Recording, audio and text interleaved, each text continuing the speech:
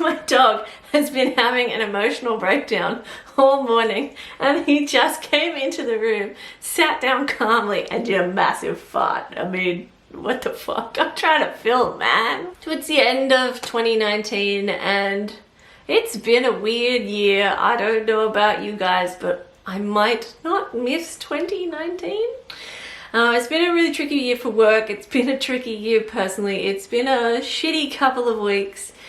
Obviously, Australia is on fire, has been on fire for a while, and continues to be on fire, which for some reason our Prime Minister just gives zero fucks about.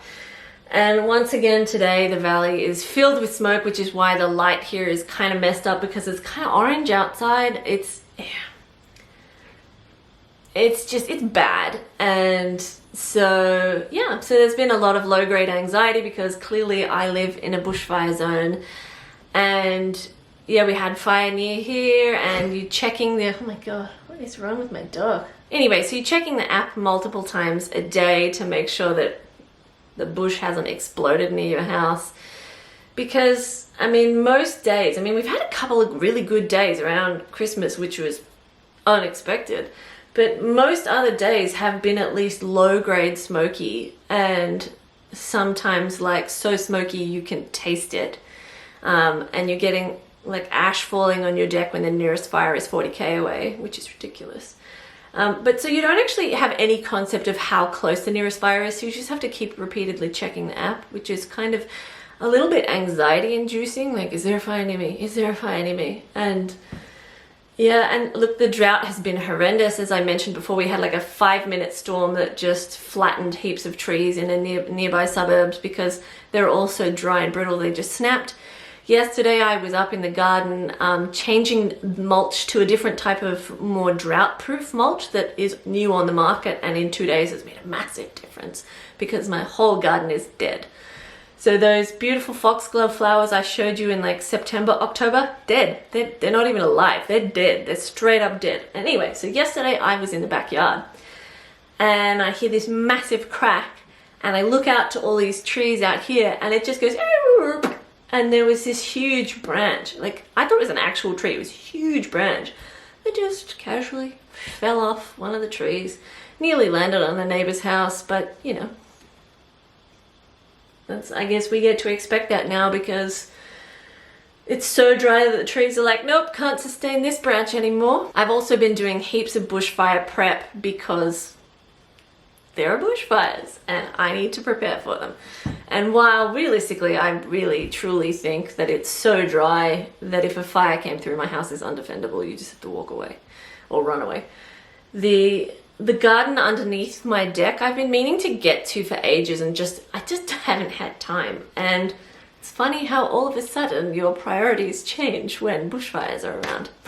And we had a cooler day, and so I started going underneath the deck to clear things out. It was so much worse than I thought it was. I almost never come underneath my house, and you can see it's kind of gotten super overgrown. And we had another catastrophic fire warning yesterday. And because I've got some time off work, I've been down here clearing this out, even though it doesn't really look like it. And my parents have arrived to help me cut a path back up to the tanks that protect the house. So I've been clearing out through here all day. And I just got bitten by an enormous ant and my whole arm went numb. But with a nice pack, we're back to it. Yeah, like there were actual trees growing up underneath the deck. So all they would have had to do is catch on fire, and it was like sayonara deck. And I've still got so much more to do, but there's only so much you can fit in your green bins. And I'm prepping for one more surgery, so that's life. But I got bitten by this psycho ant, and I don't know if you can still see it, but I got this mad bite that then spread down here. Devil, you can't see his little fangs though. Well, he might be a fangless one. Oh no, he's not. They are going up. Another one bites me, I'm going to hospital. Oh, that ant nest is deep. Of course it is. Look at the nippers on them. I remember the nippers on them. The fucker bit me. Whoa, don't flick them at me. I already been bit. This is a very emotional experience digging for ants. Mom, I need a stick. A stick to poke it and see what the devil was. If it's a snake, I'm so... It's not wise to poke snakes. Well, I mean, hello. This is a brown snake. Well, I mean, if it's a brown snake and they attack and I come flying through the fucking air, you know it was a brown snake. Yeah, it will have gone. Well, that's why I'm making lots of noise, because snakes don't like vibrations. This is very traumatic. Why do people garden? Maybe they just don't garden in Australia. So this is my savage ant bite a day later. It's even got an extra pale red ring around it, and if I don't put cream on it constantly, it feels like it's on fire. The kind of equivalent would be a savage sunburn, but this is why you don't play with Australian ants. There's the bite, and it spread down my arm, and half my arm went numb, and like I had to ice pack it instantaneously. I have a very good pain threshold, but this was fucking painful. And my whole arm was swollen. My thumb and my index finger didn't work properly from an ant bite, because ants in Australia are psychos. It's also gloriously been bug season, and I don't know how they're getting in, but it happens everywhere. So just have these flying ants just everywhere. Seriously, summer can be a pain in the ass. Look at all these flies that have come in. They're little tiny ant flies. I don't even know how the hell they got in. I think they come in from the downlights, and yeah, so it's been fun. I've been on spider patrol, constantly expecting to find a spider around every corner. The fuck is that? And so far I have not, although based on law of attraction, if it's real, I'm bound to find one eventually. Although some did try and attack me yesterday when I was taking the laundry off.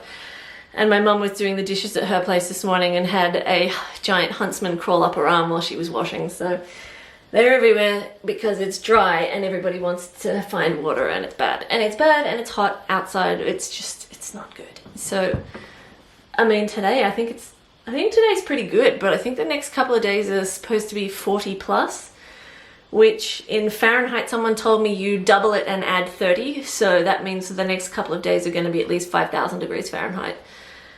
But, yeah. So it's been fun. It's been fun. And then I really want to see the fireworks. And I've been thinking since last year, I've actually been thinking for about 2 years, I really want to see the fireworks. The last couple of years, a lot of my friends have been heavily pregnant or just delivered, and so were doing absolutely nothing.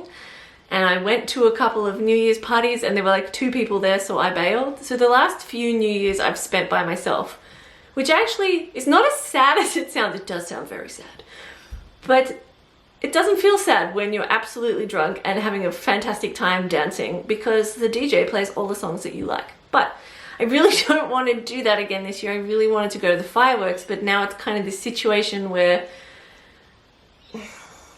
what about the firefighters? And it's supposed to be a total fire ban, but then it's too late for them to redirect the funds to the firefighters, and it's very smoky and very hot, and I don't know. So maybe I'll go and see the fireworks. Maybe I won't. We'll find out. But I'm hopeful that 2020 brings more traveling, because at the moment I felt really trapped because I want to get away for the weekend and go drive places and go hiking. But Sydney is literally surrounded by fire. So every time you go, maybe I'll go north. Oh no, it's fire all across the highway. Maybe I'll go to the Blue Mountains. Oh no, the Blue Mountains are on fire. Maybe I'll go south. Oh, that teeny weeny fire in the south has suddenly become gigantic. So 2020 can be better, yeah? So the other thing I'm doing at the moment is I'm doing final prep stages for publishing the second book in the Phoenix series, which is called A Night Rises, which is due out January 14th.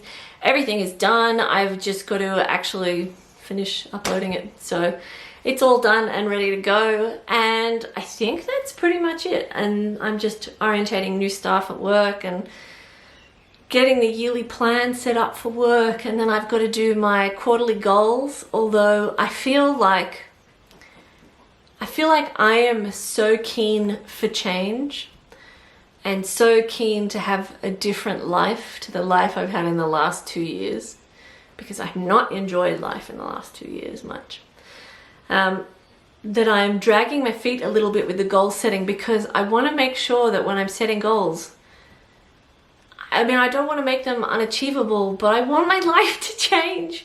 And so I have to look really hard at, I mean, not that I don't normally, but I'm just slower with setting the goals than normal because I've had enough of things as they are.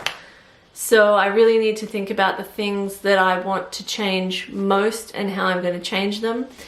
But yeah, that's kind of where I'm up to, which is a weird vlog, but life's weird. Don't forget to subscribe to this channel to help it grow and to check me out on social media. I'm on Instagram and Twitter at @PipCoombs, and wherever you are in the world, I hope that you have a wonderful and very safe new year and a very happy and healthy 2020.